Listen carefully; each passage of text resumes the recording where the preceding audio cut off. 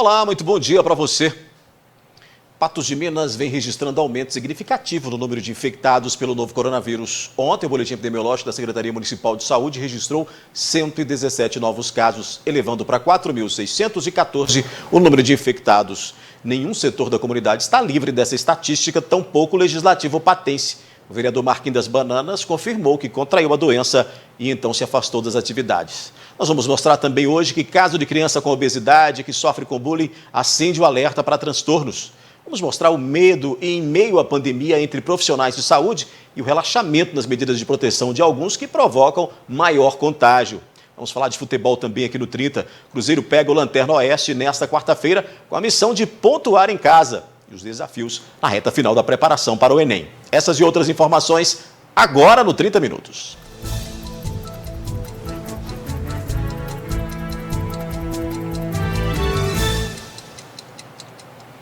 Nós mostramos aqui na NTV o caso de um garotinho de Carmo do Paranaíba com apenas 10 anos de idade que sofre com obesidade e precisa de ajuda para se tratar. E além disso, o menino é alvo de bullying constante por causa do peso. Mas como lidar com esse tipo de situação e quais transtornos podem ser provocados? A Mirelle, que tem 17 anos, conta que na infância sofria com piadas que faziam com ela. Quando a gente é criança, assim, que vai pra aula, principalmente, a gente sofre muito. Então eu sofria piada, brincadeira de mau gosto, ou apelidinho que não me deixava feliz, né? Então eu ia embora chateada mesmo, muito chateada, triste, e sempre pensava assim, nossa, eu vou ter que fazer isso pra encaixar nessa sociedade, porque parece que eu tô fora do normal. Situações como estas, em que a pessoa é vítima de expressões ofensivas, podem gerar outros transtornos para crianças e adolescentes. E é algo que ocorre também com os adultos. Quando nós pensamos, então, nos prejuízos que podem haver no desenvolvimento da criança ou do adolescente que tiveram a vivência de um bullying, nós pensamos em distúrbios, de comportamento. A criança pode ficar muito agressiva, para se defender, ou muito introspectiva, questões também de baixa autoestima, depressão, podem ocorrer. E é algo que infelizmente não acontece só com as crianças, acontece também com os adultos, e a gente conhece nos adultos com o nome de assédio moral. E também é previsto em lei, então tanto há orientações com relação ao bullying e também o que acontece com os adultos dentro de um assédio moral. Uma das formas de superar o preconceito é ter empatia e respeito pelo outro. E ser empático é algo que a criança traz de forma praticamente inata, Então, é preciso resgatar valores tão humanos, que exprimem a nossa individualidade, mas também o nosso senso de pertencimento. Nós vamos ter muito mais facilidade de lidar com situações de dificuldade, de conflito. Além disso, ter o apoio da família também é fundamental para que a criança e o adolescente saiba lidar com quaisquer ofensas e compreenda que o importante mesmo é ter boa autoestima e que isso se consegue construindo o amor próprio. A minha família me apoiou muito, sabe? Então eles me ajudavam sempre, conversavam comigo. E aí eu fui crescendo e observando, e todo mundo falava, nossa, você é muito bonita. Aí eu fui me aceitando mesmo, do jeito que eu sou, até que eu cresci mesmo e falei, nossa, eu sou muito bonita e eu não tenho que ligar com a opinião de ninguém e tenho que fazer as coisas que eu gosto, que me agrada. Eu quero deixar de mensagem para as meninas ou meninos em geral, as pessoas que são plus size, para ter sua autoaceitação, porque é maravilhoso ser do jeito que você é e não ligar com a opinião de ninguém, porque se Deus fez a gente desse jeito, a gente tem que se aceitar, tem que se achar maravilhoso, bonito, A gente tem que respeitar a condição do outro, E vive as diferenças. Daqui a pouco aqui no 30, o medo em meio à pandemia entre profissionais de saúde e o relaxamento nas medidas de proteção que provocam o maior contágio. E vereador de Patos de Minas testa positivo para a Covid-19.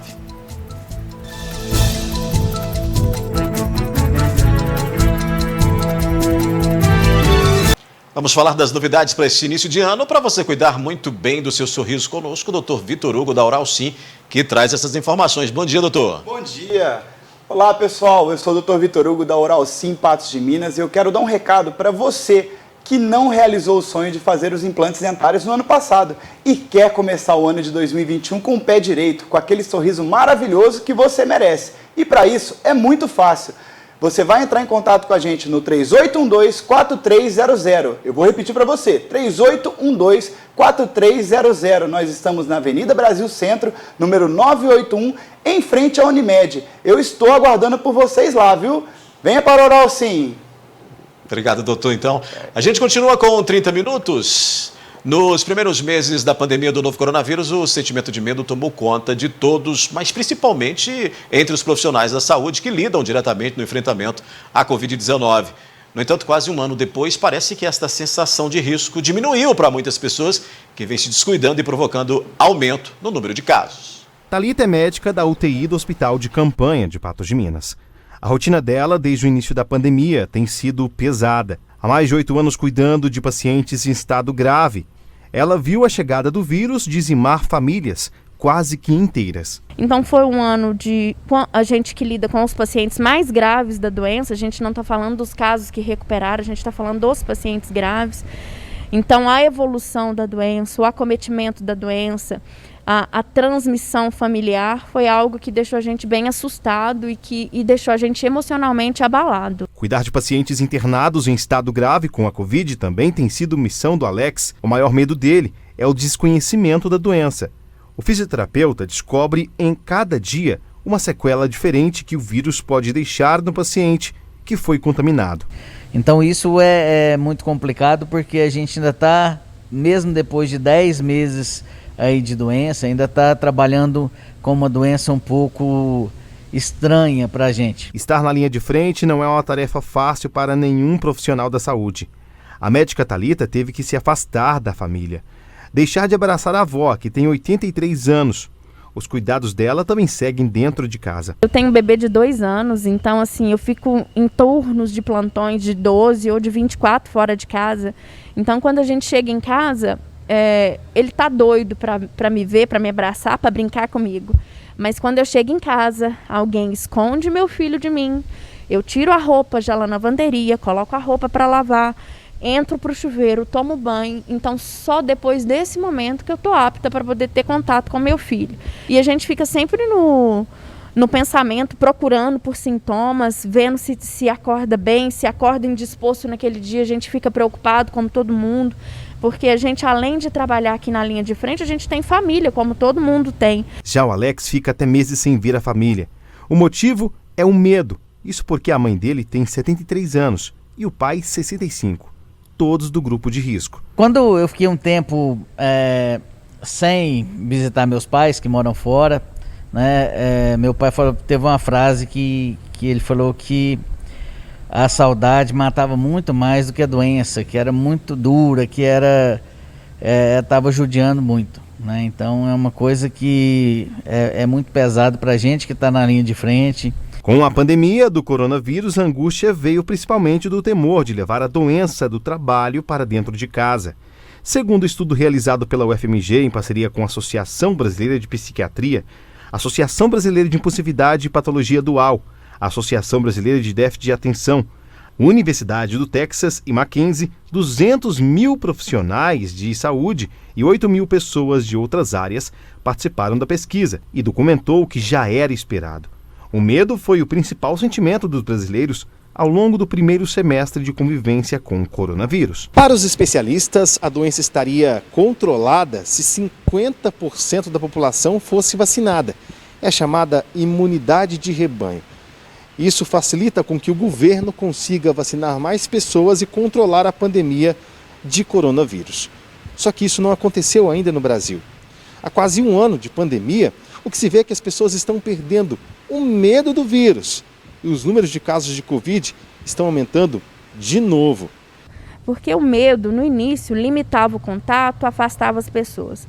Só que um ano quase depois de tudo, tá todo mundo cansado, tá todo mundo estressado, tá todo mundo psicologicamente abalado. E aí a gente começa a se descuidar, a gente começa a justificar algumas atitudes. Então, assim, é nesse momento que a gente corre mais risco. A gente teve um pequeno problema no áudio no bloco passado, agora a gente vai dar informação sobre a Covid. O vereador Marquinhos das Bananas testou positivo para a doença e ficará afastado das atividades legislativas. A informação foi confirmada pelo jornalismo da NTV. Depois de perceber os sintomas da doença, o vereador procurou atendimento médico e realizou o exame, constatando na segunda-feira a infecção por coronavírus. Marquinhos das Bananas nos informou por telefone que seu estado de saúde é estável e que os servidores e familiares, servidores do gabinete e familiares, não apresentaram sintomas da enfermidade. Patos de Minas registrou ontem 117 novos casos da Covid-19, segundo o boletim epidemiológico da Secretaria Municipal de Saúde. Vamos falar de futebol? O Cruzeiro volta a campo nesta quarta-feira, às 21 horas, para enfrentar o Lanterna Oeste no Independência. Se vencer, o time de Filipão poderá rebaixar a equipe de Barueri nesta rodada. O zagueiro Manuel, que volta a ficar à disposição, avalia que, mesmo com a situação complicada do Oeste, não se pode perder o foco nesse tipo de confronto. A equipe dele está na última colocação, mas eles melhoraram bastante, né? O Filipão já até conversou isso com a gente já, que a gente precisa estar atento ao jogo, porque é um jogo onde a gente tem que estar concentrado e tem que estar muito... fazer aquilo que o Filipão sempre pede, porque senão a gente pode... Porque ele não está jogando mais só por nada mais, não tem condição mais de sair. E é perigoso a gente se organizar e acabar sofrendo uma derrota onde a gente precisa muito desses 3 pontos, poder se afastar ainda mais da zona de rebaixamento e ficar mais tranquilo, poder trabalhar, ter mais 4 jogos para a gente trabalhar mais tranquilo. Então essa vitória amanhã é muito importante para a gente. O time estrelado terá os desfalques de Giovani e William Potker, que foram expulsos no último jogo. Para Manuel, esses jogadores vão fazer falta, mas isso abre espaço para outras peças do elenco celeste. Giovani entrou muito bem, o Potker também vem nos ajudando, né? E mais uma oportunidade para alguns jogadores que vão ter a oportunidade de entrar, né? Poder ajudar o Cruzeiro, poder... o Filipão já treinamos ontem algumas coisas, ele vai treinar hoje de novo para poder, o Filipão colocar lá a melhor escolha para a gente conseguir fazer um grande jogo e todo mundo poder ajudar o Cruzeiro e para poder sair com essa vitória aí, que é poder já eliminar todas as chances de rebaixamento. Se conquistar os 3 pontos nesta quarta-feira, o Cruzeiro afasta de vez o risco de queda. Você viu que aparece o Dedé ali no fundo da imagem, mas o Dedé há muito tempo que não joga, afastado aí por questões relacionadas a lesões, inclusive acionou o Cruzeiro recentemente na justiça mais de 30 milhões de reais. Mas esse é um assunto para outro dia, né? Agora vamos falar de saúde, dos serviços oferecidos pela Clínica e Laboratório Mais Exames. Nayara Santos está aqui comigo para a gente falar justamente disso. Bom dia, Nayara. Bom dia, Daí, tudo bem? Tudo tranquilo. Hoje eu venho falar para vocês, que nós da Clínica Mais Exames iniciamos o janeiro com valores mais que especiais para você cuidar da sua saúde. Consulta com oftalmologista a 150, cardiologista a 120 e agora temos atendimento da nossa nutricionista, para você que exagerou nas festas de final de ano, comer um pouquinho a mais, cuidar da alimentação agora para iniciar um ano fitness. A consulta com a nutricionista é R$ 80 e você ganha ainda avaliação de bioimpedância, que é a avaliação que mede o quê? Gordura corporal, visceral, idade metabólica, tudo para você estar dando início ao seu processo de emagrecimento. Não dá para perder essa oportunidade, Não mesmo. E ainda estamos realizando os testes do Covid. Antígeno nasal, o SUAB, com valor de 220 e resultado em 2 horas. E onde é que fica? Nós ficamos na rua Agenor Maciel, Praça Santana 153, em frente ao mercado, no 3814-1616 ou no 9862-1616. É muito fácil de encontrar. Obrigado, viu, Nayara? Muito obrigada. Olha, a gente segue aqui porque a seguir no 30 Minutos tem os desafios na reta final da preparação para o Enem. O jornalismo da NTV vai até Uberaba para conversar com Madalena Gordiano.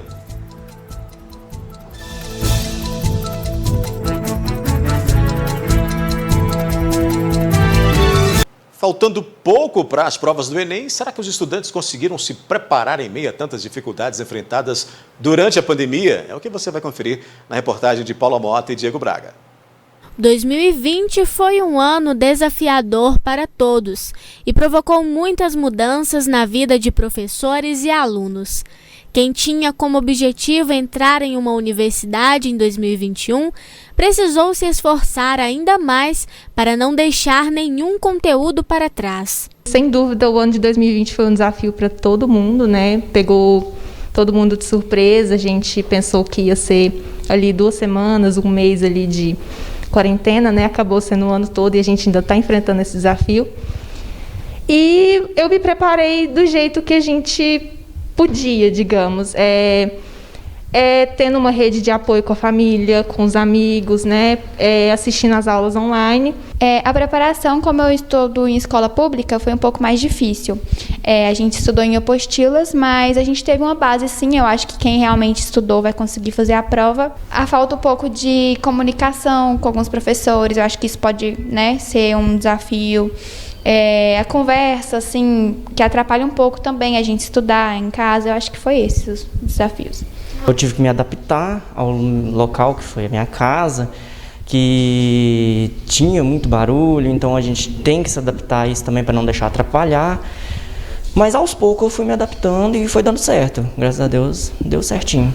O Exame Nacional do Ensino Médio se aproxima e com ele surgem as dúvidas sobre como será o desempenho dos jovens estudantes. A depender da estrutura do município e das escolas de forma geral, os desafios de cada local foram diferentes. As condições que os alunos têm para se adaptar a esses problemas são muito diferentes, de região para região, de cidade para cidade, de escola para escola, e isso faz com que o próprio processo abra um leque de heterogeneidade muito grande. Então, assim, é muito difícil você estabelecer um padrão de, digamos assim, justiça ou condições ideais para o processo acontecer, né? Porque o país é muito grande, a diversidade de condições técnicas, financeiras e até geográficas também é muito grande, e isso causa uma dificuldade adicional.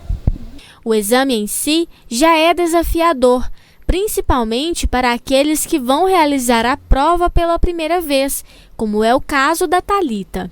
Eu estou bem ansiosa, a minha expectativa é boa, porém eu estou um pouco insegura.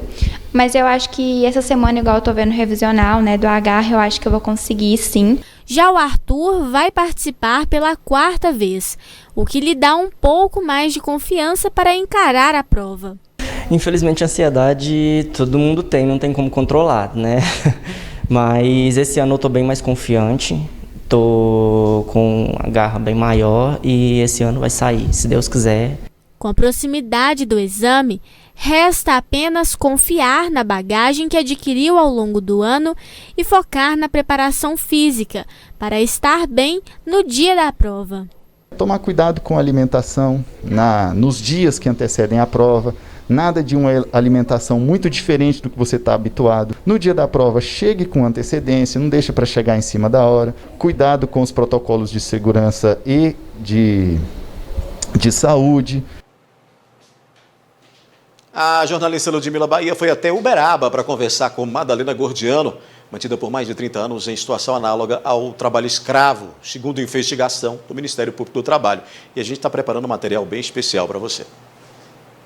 A reportagem que está sendo produzida pelo jornalismo da NTV mostrará os detalhes relatados por Madalena sobre como era a convivência com a família Rigueira, o dia a dia nesses 38 anos, a sensação de medo e os planos para o futuro. Onde ela conta detalhes de tudo que passou, também fala de futuro, uma reportagem muito especial que estamos preparando para vocês. Quero agradecer de ter me ajudado lá, dar apoio. Muito feliz com eles lá. Continua assim. Todo mundo assistindo a NTV, não é? É. Beijo. Um material vasto, bem preparado, produzido pela NTV, que você vai conferir nos nossos telejornais. O 30 Minutos volta amanhã. Agora quem chega para ficar com você é Gui Boaventura, nesta quarta-feira. Boa tarde, Gui. Olá, Odair. Boa tarde, tudo bem? Tudo tranquilo, à espera da vacina, de olho na imunização e ansioso para que isso aconteça. Pois é, rapaz, o mundo está assim, né? O mundo está de olho na vacina. Parte do mundo já conseguiu, né? Parte do mundo conseguiu se vacinar. Quem tem mais responsabilidade, quem não tem esse negócio, esse arrobo de manda quem pode, obedece quem tem juízo, esse negócio aí. Então, ó, já... Ó, você vai se vacinar, Gui? Eu? É. Claro que vou. Você sabe que tem umas campanhas muito grandes no mundo para não vacinar, né? São os tolos, né? É uma campanha muito Como grande. eu não sou, você vacinou contra pólio? Contra tudo, né? Você vacinou contra sarampo, contra não sei mais o que, contra febre amarela, e tá aí bacana, né? Não tivesse você vacinado. Se o mundo não tivesse feito uma campanha que foi feita nos anos 60, né? Começou essa campanha contra a pólio, por exemplo.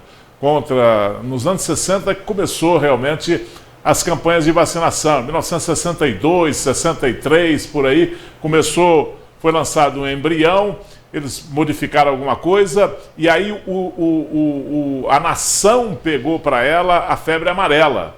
Sim. Não sei se você deve ter falado, inclusive, sobre isso aí. Pegou para combater a febre amarela no Brasil, né?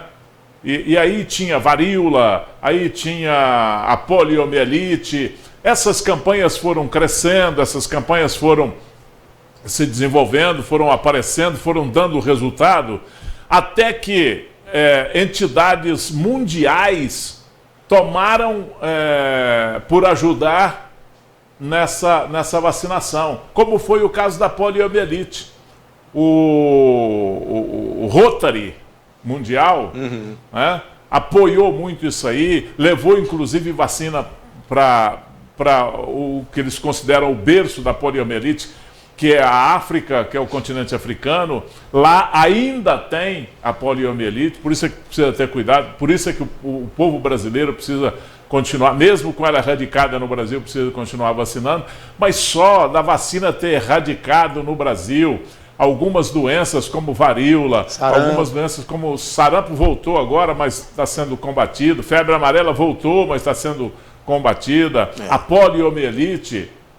Poxa, se você não acreditar na vacina, você vai acreditar no quê, rapaz? Não tem para onde correr. E todos os especialistas, Gui, são unânimes em dizer que a gente só consegue barrar essa pandemia se alcançarmos essa imunização, que vai acontecer somente por meio da vacina, né? Então é realmente uma campanha, umas campanhas negacionistas que acabam atrapalhando a situação toda. A gente espera que as pessoas conscientizem, né? Louco, quem faz isso é louco. Ô Gui, eu vou embora então, hein? Deixar você aí, porque eu sei que tem muito material para chegar. Deixa comigo. Até mais. Um abraço, até mais, André.